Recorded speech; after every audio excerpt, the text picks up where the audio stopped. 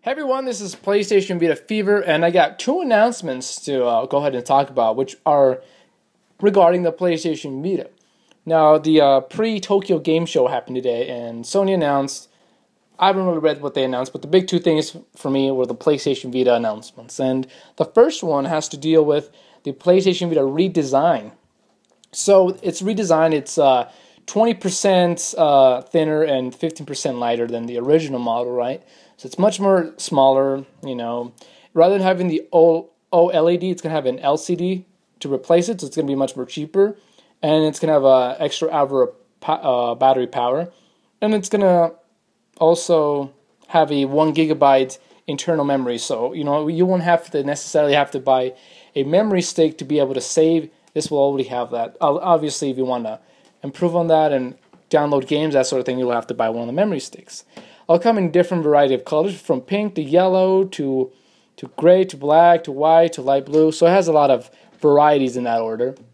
As of right now, it's only coming to Japan at the moment.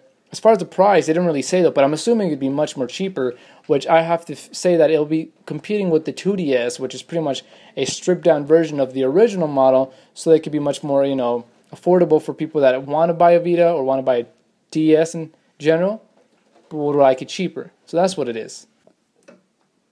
Personally, it's an okay design. It's not something that, you know, where I like the original design, to be honest. This one, it looks a little bit cheap for me, but if it's affordable, why not? At that price, it reminds me also of the new PSP. I think it came like 2 years ago in Europe territories, which was like a PSP that didn't play like Wi-Fi. It didn't have Wi-Fi. It had some features removed, so it can be cheaper. I think it was like $99 or something. You know, so maybe they want to cater to those that are kind of on the fence of it, would like to, but the money part is in the way. The second announcement, which was kind of a little bit odd, was what they're calling the PlayStation Vita TV. And in essence, it's like a little device, which is going to run for around $100 in Japan territories. This is right now, and will allow you to connect it to your TV. Also lets you stream, you know, video content, you know, like Hulu, that sort of thing. You know, that's really nice. But pretty much everything else does that now.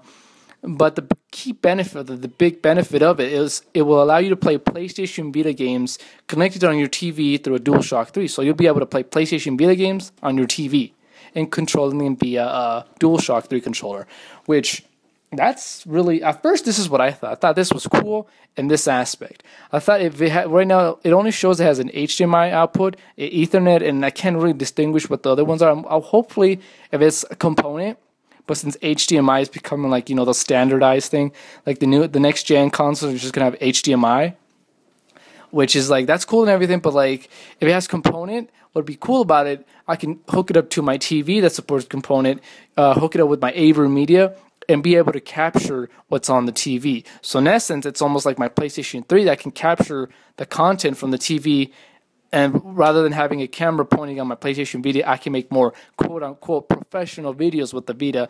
So this is ideal. If don't quote on me just yet, though. I'll still look into it. But if this is true and it has a component, you know, output on it, it would make making those walkthroughs much more easier.